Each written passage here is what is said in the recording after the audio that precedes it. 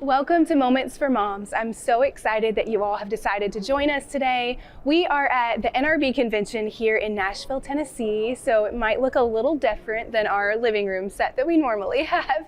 But I have an incredible guest today. Her name is Carly Boyette. She has a show on our network as well. She's a mom. She is wonderful. I've enjoyed spending time with her, and I know you're going to do the same. So grab yourself a cup of coffee or tea and take this moment just for you.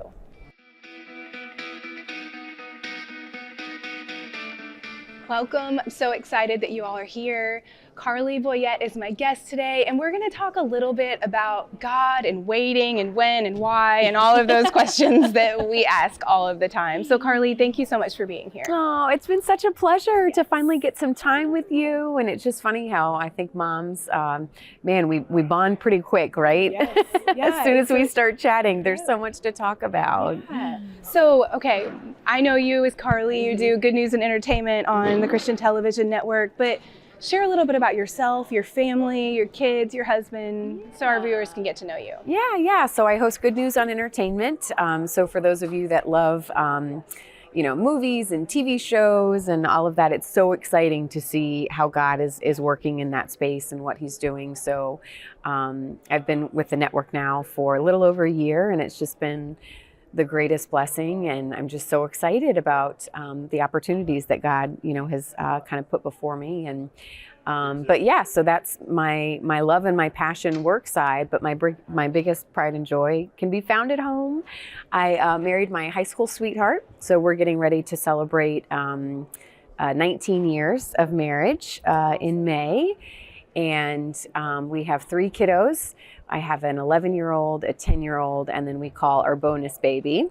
Our youngest is 4. And so in a very busy season of life right now, where we're just constantly still having to do a lot for each of them. So it's busy, but it's really fun as well. And I am appreciating the sweet kind of years that they are. And just trying to soak in, as long as they say they want mom and dad around, we want to be there. I know. So I'm also chaperoning field trips and doing all the things that I can. And I'm on the other side saying, you don't have to go to school yet, right? Like, how does a person physically drop their child off at this thing called school? I've told my manager all the time, I'm like, so the first day of school, I'm going to be off that day because I'm going to sit in the parking lot, just in case the entire day. So many different. What I've learned though, now that I've on my 3rd, is like, you will appreciate each stage, and I know people tell you that all the time and you still have to live it and walk it, but it is so true. Like, I love as they get older and a little bit more independent, every year, it's so fun to see the little people that they are and how they grow and how they learn. And, it's so fascinating to me. You can have kids that grow up in the same household and they have completely different personalities, and it's just really fun to watch. So you're going to enjoy that too. I know it. I will. It's coming so quickly. And my cousin just had a baby, and I tell her, I'm like, I know you're up all night. I said, but I promise you, you're gonna miss this. Those moments, they go so fast. Yeah, they do. And it is funny. I remember being so afraid that I wasn't going to know how to teach Charlie English, because I thought that was my job. I don't know. Nobody told me it wasn't. So I'm like, well, how does this kid learn how to talk? Like, surely that's my job. But now, we just have these. Yes. He told me today, he goes, Mama, you don't work at a hotel. And I'm like, well, today I am working at a hotel. It's a little different, but their personalities, it's just the sweetest. It is such a gift. And I know I was reading a blog that you wrote for the network, and I just kept reading through it, and I'm like, wait a minute, this is me. This is the same. And you talked about your waiting season. So do you want to talk a little bit about that? Yeah, I can. Yeah, so I talk about it quite a bit. It was such a big, it's a big part of my faith journey, and I learned a lot. God taught me a lot through that. Like I said, I married my high school sweetheart, so my dad is an identical twin. And just the thought never crossed my mind that we would struggle to start a family or we'd have to walk any part of infertility. I think what me and you both really kind of understand about each other is I think our walk with infertility is relatively small. but it doesn't matter. Yeah. It is still one of the hardest roads to walk. Yes. So, you know, at any rate, so I mean, we only lived that a couple of years, and it was probably a lot harder on me than it was for my husband. I think as women, we take on a lot more. But like I said, my husband and I, you know, I started in news and then transitioned into, I took a role as a TV host, lifestyle host, and was loving my career and job. And then when I thought I was ready to have kids, that's when you go, okay, God, I'm ready. Like, got the house, got the car. Like, okay, I'm ready. On my timetable, looking back, you know, I realized that's what was happening. And it didn't happen so fast. It didn't happen that way. And as I think a lot of people and a lot of other moms can relate to, once that, you know, seed is planted that you're ready to have kids, then everyone around you is having kids. So when it wasn't happening for me, I was still having to I remember going to a triple baby shower for friends at work, and I had sisters that were pregnant. I had to host a baby shower, and it was toying with that. I am happy for those people, but yet there's still a little bit of that. And I hate to say the word jealousy, because I was genuinely happy for them. It was hard to live with that and work through that. But you know, God, I just kept trying to lean into God and saying, you know, my prayer at that time was always, if kids were not in the cards for our family, to take that desire away. But it never happened. I still had that desire.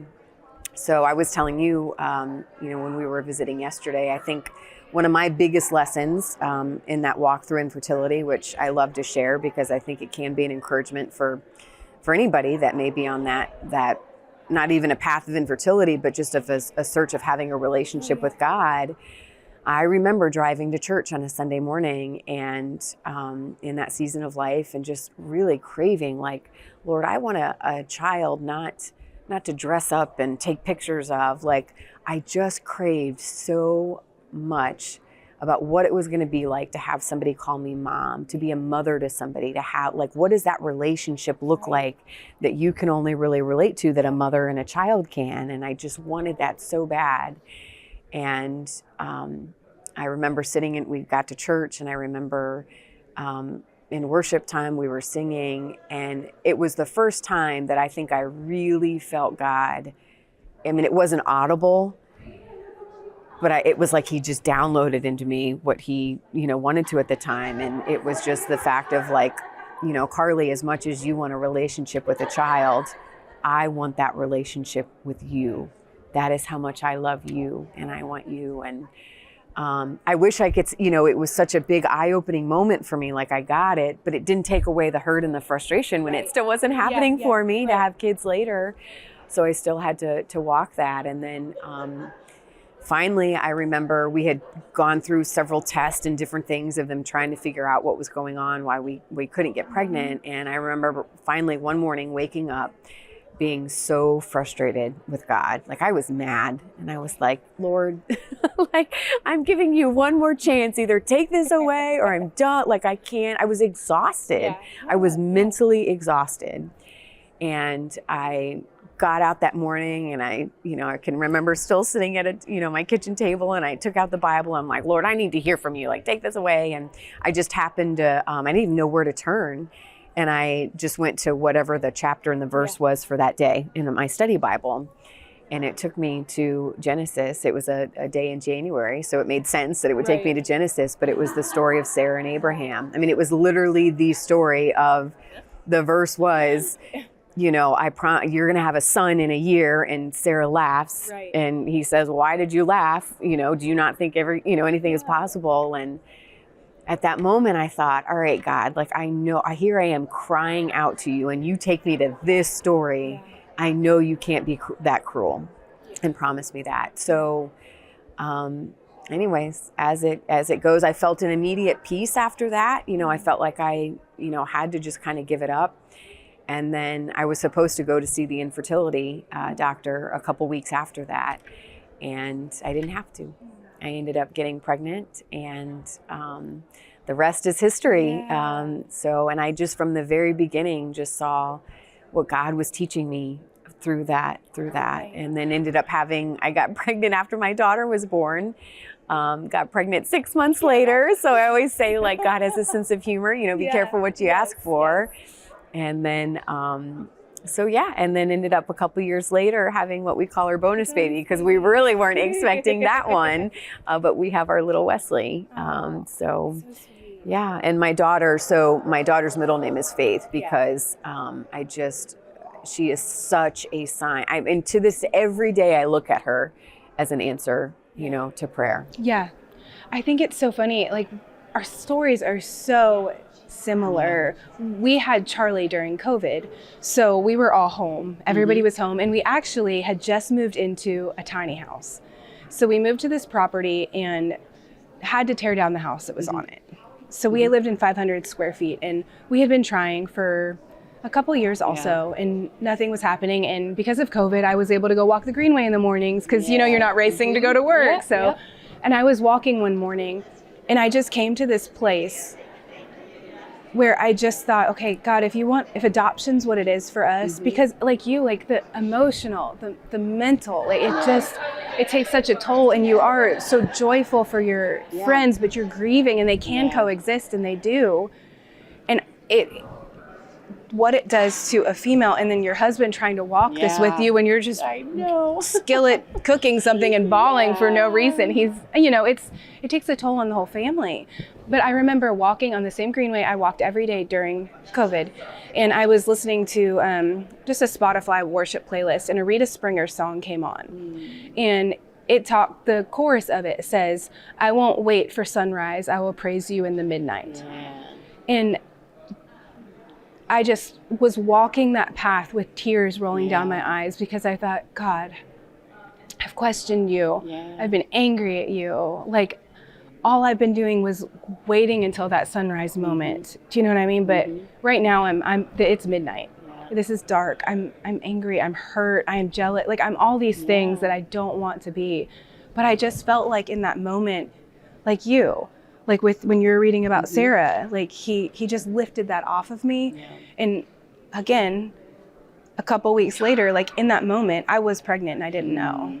So I have a picture of me on that Greenway that day, not even knowing that Charlie was already there. And it's just, God is so sweet and so kind, and his timing, like, I joke all the time, like, he has a sense of humor, because we had a home. And then we moved into a tiny house, and I'm like, that's when you thought was a good idea? Surely not. Like, who has a baby in a tiny house? Like, we had to take our couch out. We had to put lazy boys in there. Boppies and swings. But it was his perfect timing. And I just think if it would have happened any sooner, it wouldn't have been his perfect timing. And I think about waiting, and I was 32 when I got married and 37 when I had Charlie. And I just look back at those years and just think, gosh, I wish I would have waited better. I wish I wouldn't have wasted my waiting, especially to get married. My best friend and I used to go out what we'd call husband hunting, because we just were like the two oldest single girls, and we just wanted a husband. So we would joke for each other, and we got paid on opposite pay weeks. So one of us would be the husband, and like, hey. There you go. But I try and encourage other younger women, like in the waiting season, like, God does have a plan, and his timing's perfect, and your story's not my story. My story's not her story. And I feel like as women, and especially moms, we can really get into that comparison and compare ourselves and our lives to other women. Yeah, some of the biggest spiritual growth moments I've had have been in a season of waiting. Almost all of them have been, whether it's a job, whether it's the family or anything. And I think, it's hard because our mind knows it. Like, we know that God is good and faithful, and that's why I think it's a daily commitment that we need to have to renew our mind, and to constantly go to Scripture and say, okay, here's what I'm feeling, but what does God say? Because again, just like many moments I had in my journey, you'd hear from God, and then a couple days later, your frustrations were back as well, so that's why it is a daily thing. And I think that's what God does, is that's when he can refine and work with you. And now I think when we because we're not done. Where I'm sure there's a season of waiting on Oh, something else absolutely. here around the corner. And I Yes, think yeah. as you mature and grow, we will do better in Yeah. a season of waiting, Yeah. you know, later. Yeah. And everybody will have that, you know, on their own timeline. And I can now be thankful, you know, and when you've seen God, you know, I remember a long time ago, my biggest, for anyone watching, I always want to encourage, and what I, you know, tell others is, I remember having that moment years ago when I really prayed to God and said, I want to live a life that at the end of it, I want to have no doubts that God is real. Like I want to see his fingerprints and everything. That's just the life that I want. I don't want to have doubts of where I'm going and that he's been there. And it was actually during a Beth Moore study, I remember many years ago. And I remember her saying, like, buckle up. Like if that truly is your heart and you're surrendering that and you're asking God to show up in your life, buckle up, because you know, he will. And sure enough, now I look back and his fingerprints have been everywhere. And I don't need proof that he's real. I don't, he's done too many things for me to question it. And so that's what I want for others. And so for anyone maybe in a state of kind of questioning their faith, or is he, you know, up to something? He's always up to something, but just ask him. He's not afraid of your questions.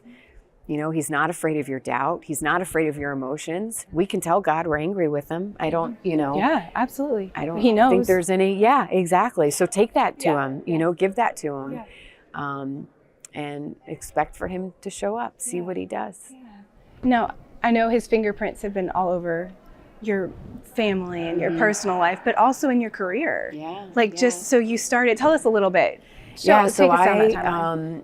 you know, I started in news and kind of wanted to be the next Katie Couric and go to the Today Show. That was kind of in my mind. I just was fascinated with news when I was probably middle school, high school. And that was the path I started.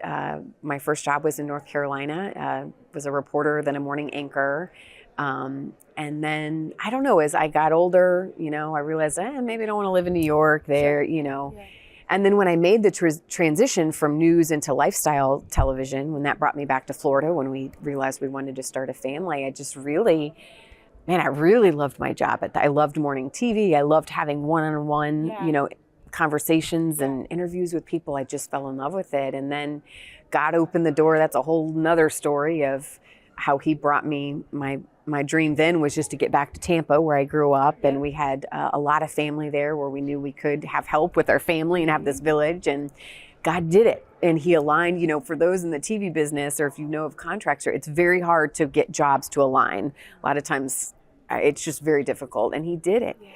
My sister station ended up starting a show that I was doing in Tampa. So I was able to have the smoothest transition into this new role, was loving life. And then during COVID, God told me to step away. It was time to kind of step away. I didn't know why. It felt very weird because, again, this was a gift. I knew that job was a gift from God. So I thought, why is he asking me to give it up? This was from him, and I loved it. Everything was fine.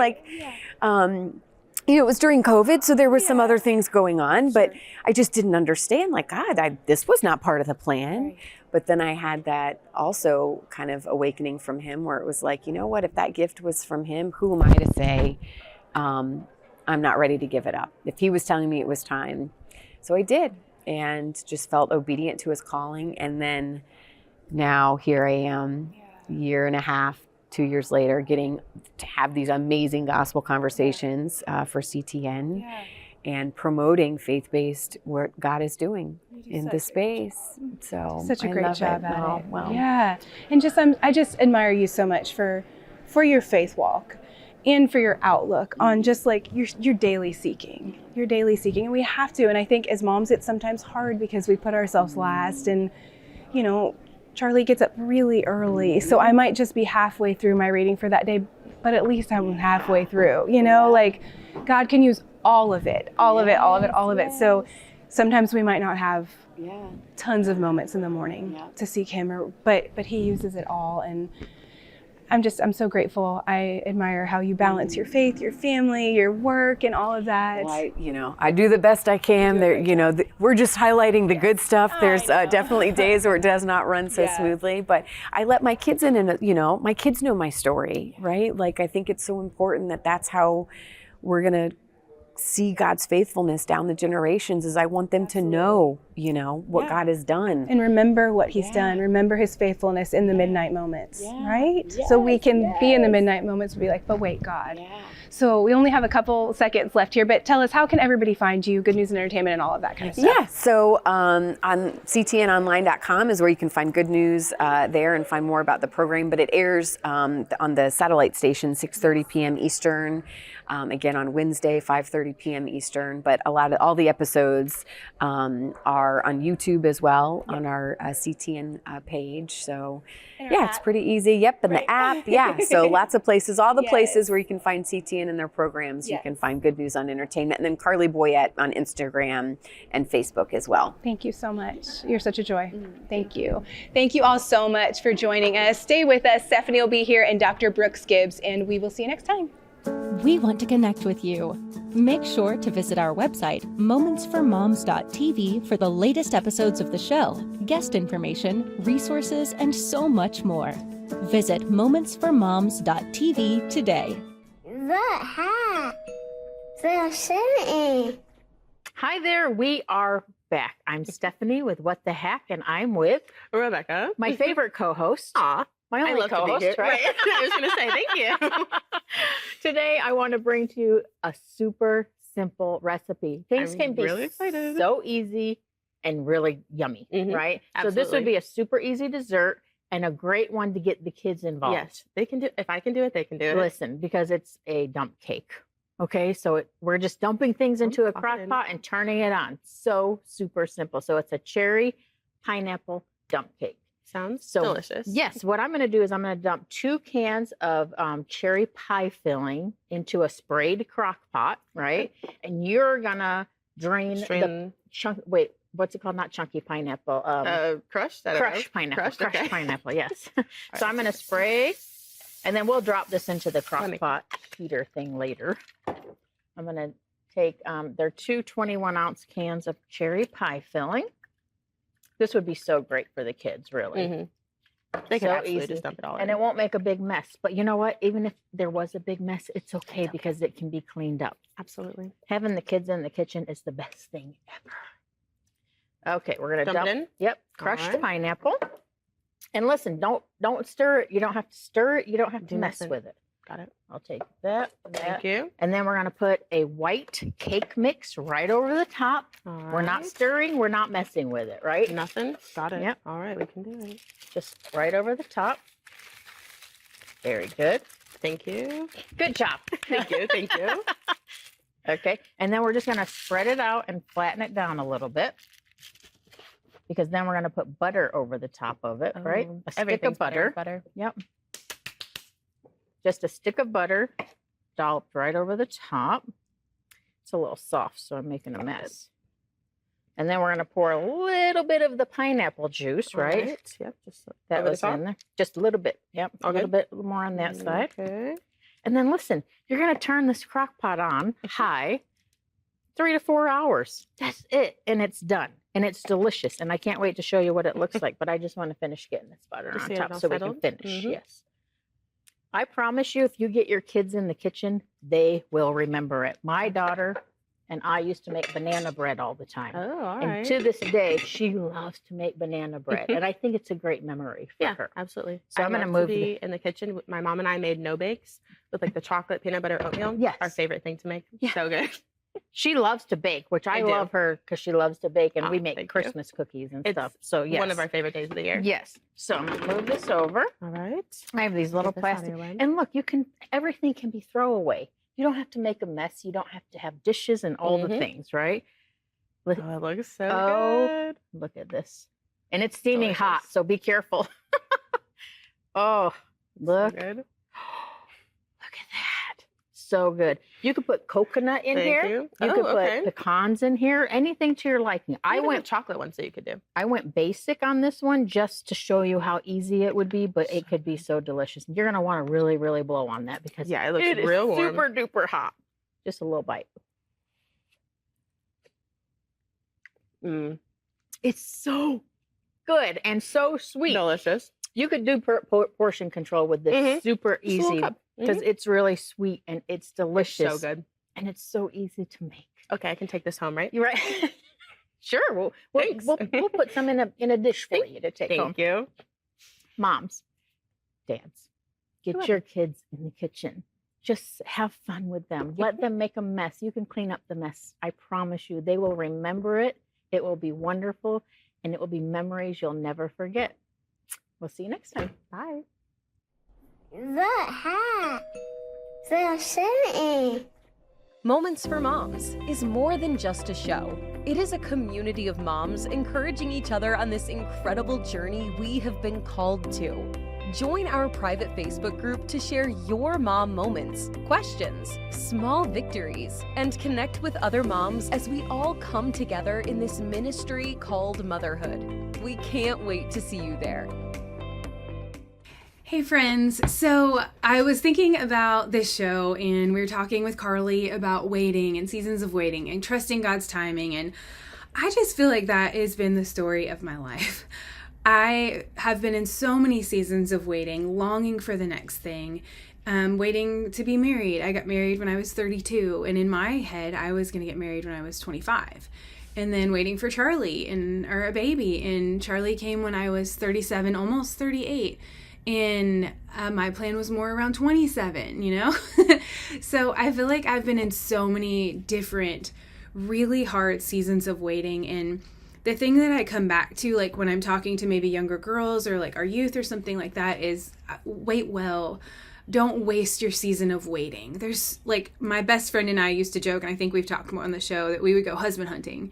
And instead of like taking that time and pursuing God and the things that he had and getting to know him more, we were just so concerned with getting married and finding that person. And I wish that I can go back and not waste my seasons of waiting. So if you're in a season of waiting, I promise you, I know how hard that it can be and how sad it can be and how hard it is to celebrate for your friends but cry when you leave. I've been there, and I just wish that I can go back and tell myself, you know what, God is faithful and his timing really is the best. So I thought today I would read to you this really kind of authentic journal entry that I wrote in one of my seasons of waiting. I recalled it last night, and I came to work this morning because this was here, and I just thought I'd share it with you. It says, timing for us to have a family. I just found out before reading this morning that I wasn't pregnant again. All signs were there that I was. Excited and ready to take the test, but now I don't have to. So many mixed emotions, some questions. Why would you allow all of the signs to happen to me for it all just to end in disappointment? But I have to remember that his plans are greater, that I can be sad and still have joy, because I know he is still king of my life and my heart. All I feel like is doing actually singing worship songs to him. He has great plans for my life, and I don't want to miss 1 second of the life he has for me dwelling on what didn't happen or what hasn't happened yet. So I don't know what you're waiting on, but I encourage you, don't waste your waiting. Seek after him, trust him, and know that his timing truly is the very best. Have a great day.